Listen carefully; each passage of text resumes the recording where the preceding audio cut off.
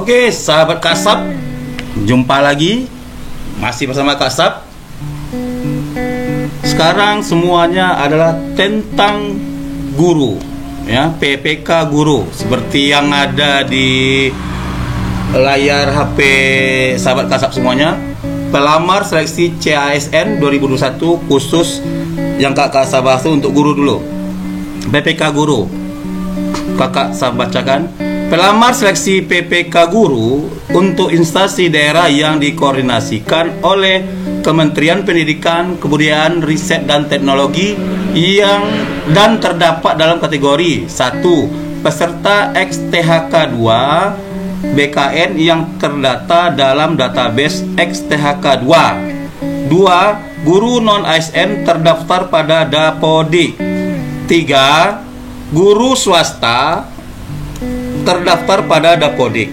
4. Lulusan program profesi guru atau PPG yang terdaftar dalam database lulusan PPG Kemendikbud. Oke, sahabat Kasab semuanya ya. Kita bahas guru. Ya, Kasab rolling ke bawah dulu. Kalau tahapan seleksi calon SN ini sudah paham semua ini. Rasa Kasab sudah paham semua ya, alur-alurnya. Berikutnya PPK guru 2021. Siapa saja? 1. Seluruh pelamar PPPK guru diwajibkan mendaftar dan menyelesaikan pendaftaran pada SSCASN. 2. Kementerian Pendidikan, Kebudayaan, Riset dan Teknologi yang akan melakukan otomatisasi, verifikasi, seleksi administrasi terhadap data kualifikasi pendidikan pelamar melalui integrasi sistem info GTK atau SSCASN. 3. Penyesuaian sertifikasi pendidik dan atau kualifikasi pendidikan pelamar dengan jabatan yang diampu berdasarkan peraturan SE Dirjen GTK. 4. Seleksi kompetensi PPK guru dilaksanakan menggunakan UNBK atau Ujian Nasional Berbasis Komputer, dan lokasi ujian beserta jadwal ujian dikoordinasikan oleh Kementerian Dikbudristek. Ya.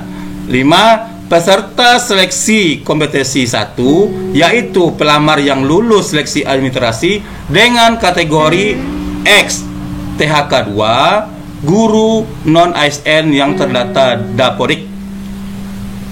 Batu Kasab. 6. Peserta, di sini tulisannya 5 ya. Peserta seleksi kompetensi 2 yaitu peserta seleksi kompetensi 1 yang tidak lulus, guru swasta yang terdaftar pada Dapodik, dan berikutnya lulusan PPG.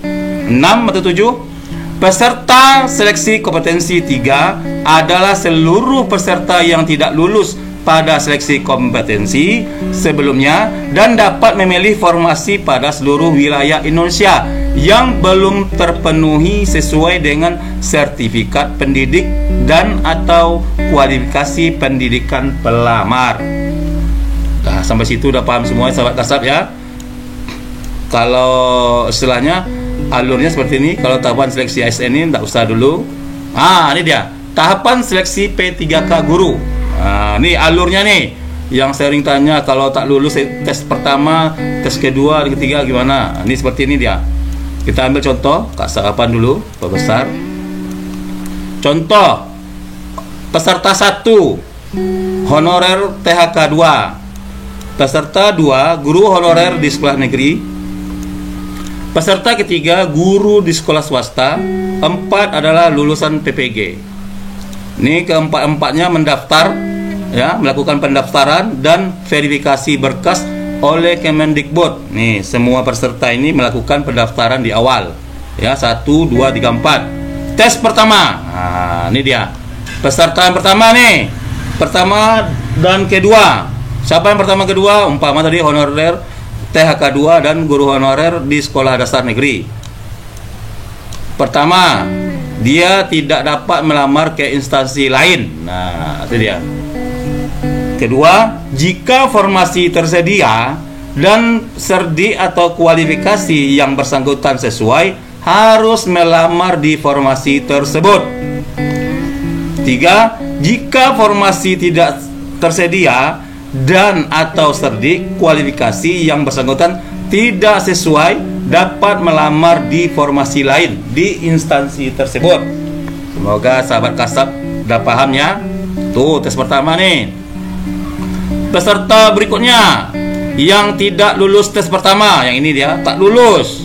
Oh, 2 orang ini ya, peserta pertama dan kedua tidak lulus. Katakanlah dulu, peserta memilih kembali formasi di instansinya yang masih belum terisi sesuai cerdik atau kualifikasi yang bersangkutan. Oke. Peserta 1, 2, dan 3 yang ini tidak dapat melamar di instansi lain. Tidak dapat dia melamar di instansi lain. Peserta 4 melamar di instansi sesuai dengan domisilinya. Nah, dia yang peserta keempat nih, di mana dia tinggal, di situ dia melamar. Keempat, diambil nilai tertinggi antara passing grade 1 dan passing grade 2. Itu dia, diambil siapa yang tertinggi. Nah, selanjutnya tes ketiga, yang tidak lulus tes keduanya. Nih, peserta 1 tak lulus, 2, 3, dan 4. Ini dia. Peserta memilih kembali formasi yang masih belum terisi sesuai cerdik atau kualifikasi yang bersangkutan. Kedua, poin kedua, seluruh peserta dapat melamar di instansi lain. Nah, yang peserta 1, 2, 3, 4 ini tidak lulus, dia bisa ke tempat yang lain, instansi lain, dan diambil nilai tertinggi antara passing grade 1, passing grade 2, dan passing grade 3. Ini dia. Sudah 3 kali itu tes kedua ya. Nah, ini dia. Setelah tes ketiga, formasi yang masih belum terisi dapat dilakukan optimalisasi pengisian formasi kosong.